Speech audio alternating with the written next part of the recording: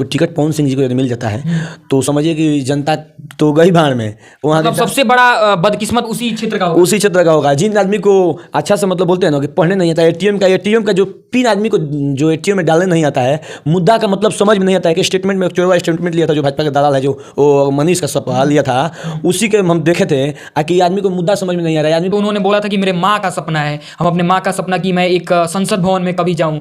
अपनी माँ के सपने के लिए बताइए कि पूरे हमारे वहाँ के क्षेत्र का लोगों का भविष्य खराब कर देंगे। तो ये राजनीतिक मुद्दा है अपनी पत्नी को लाना। यदि आपकी किसी से दुश्मनी है तो आप बताइए कि उनके साथ आप बैठ के खा लीजिए कि आपकी दुश्मनी खत्म हो जाएगी।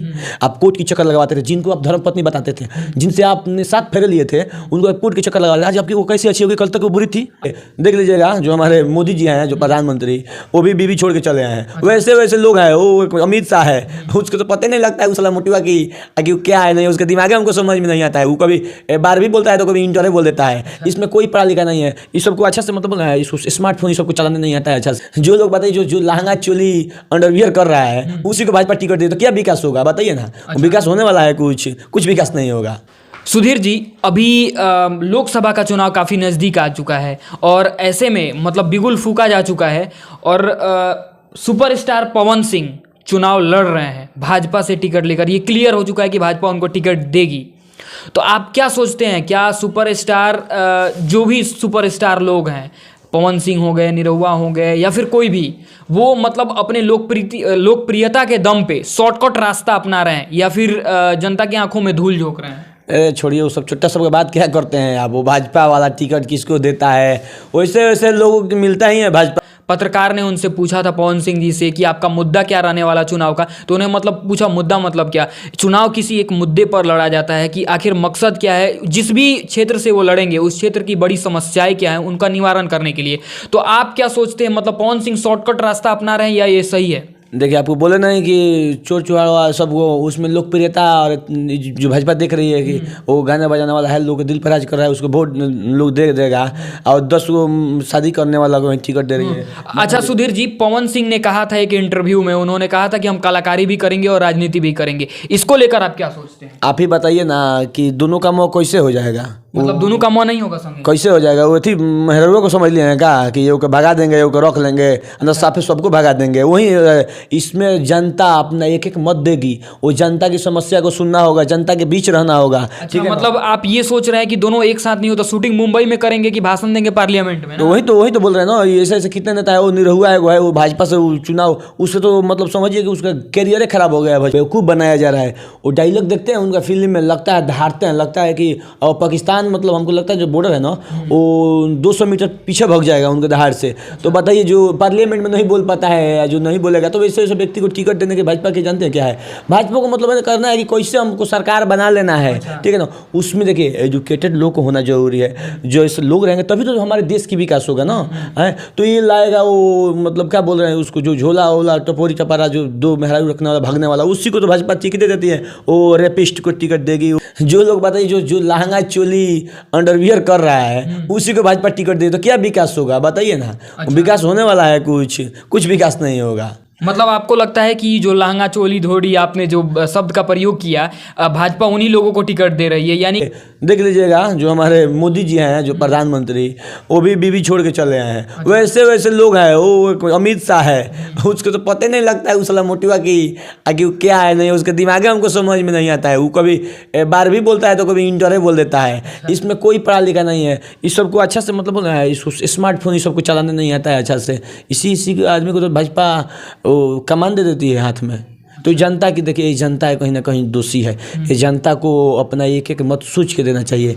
मतलब आपको क्या लगता है, जैसे मतलब जो हवा चली है आरा से या बक्सर से या बलिया से या फिर मतलब कहीं से भी, अगर पवन सिंह चुनाव लड़ते हैं भाजपा से टिकट को लेकर, तो मतलब ऐसा माना जा रहा है कि उनका जीत पक्का है। अगर जीत हो जाती है सुधीर जी, तो क्या आपको लगता है कुछ परिवर्तन आ सकता है, उस क्षेत्र में विकास हो सकता है? देखिए वहाँ के जो इनको टिकट पवन सिंह जी को यदि मिल जाता है तो समझिए कि जनता तो गई भाड़ में। वहाँ मतलब सबसे बड़ा बदकिस्मत उसी क्षेत्र का होगा। जिन आदमी को अच्छा से मतलब बोलते हैं ना कि पढ़ने नहीं आता, एटीएम का जो पिन आदमी को जो एटीएम में डालने नहीं आता है, मुद्दा का मतलब समझ में नहीं आता है कि स्टेटमेंट में एक चोरवा स्टेटमेंट लिया था जो भाजपा के दलाल है, जो वो मनीष का सपा लिया था, उसी के हम देखे थे कि आदमी को मुद्दा समझ में नहीं आ रहा है। आदमी सुधीर जी, अभी जैसे देखा जाए कि उनकी जो, हालांकि किसी के पर्सनल लाइफ में नहीं जाना चाहिए, लेकिन जो अभी माहौल चल रहा है सोशल मीडिया पे, पवन सिंह जी की पत्नी ज्योति सिंह जी, उनके साथ काफ़ी बड़ा विवाद चल रहा था, तलाक का नौबत आ चुका था।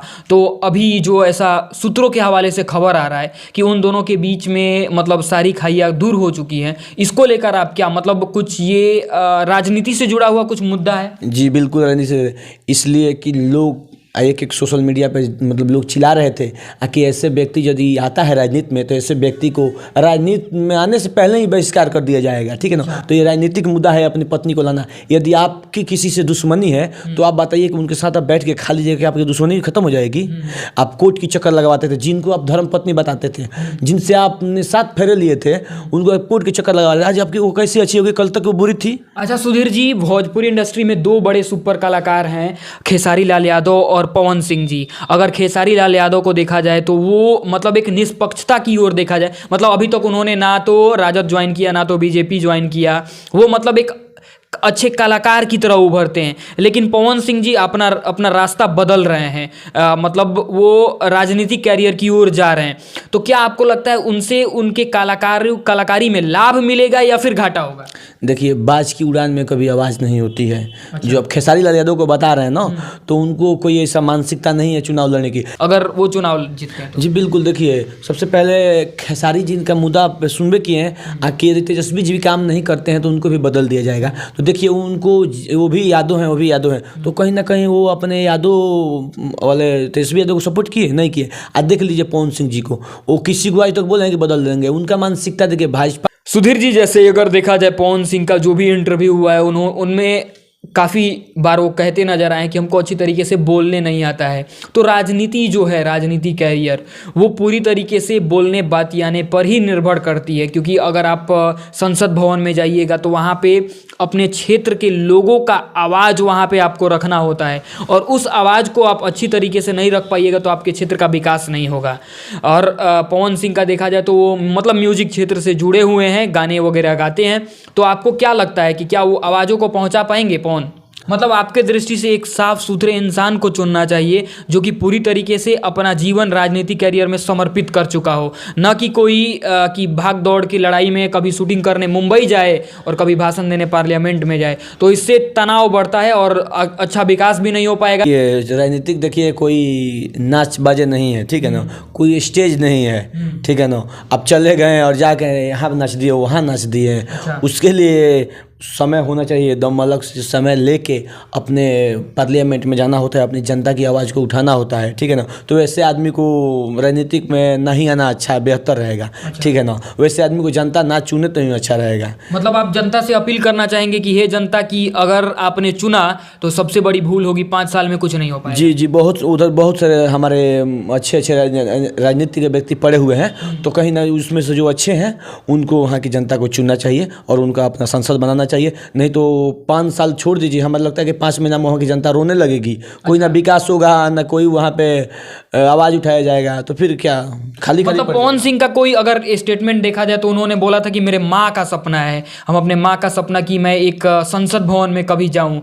तो क्या आपको लगता है एक माँ का सपना पूरा किया जा रहा है, या फिर मतलब जनता का जो आवाज़ है उसको उठाया जा रहा है, या फिर पवन सिंह जी का कुछ अलग मानसिकता है?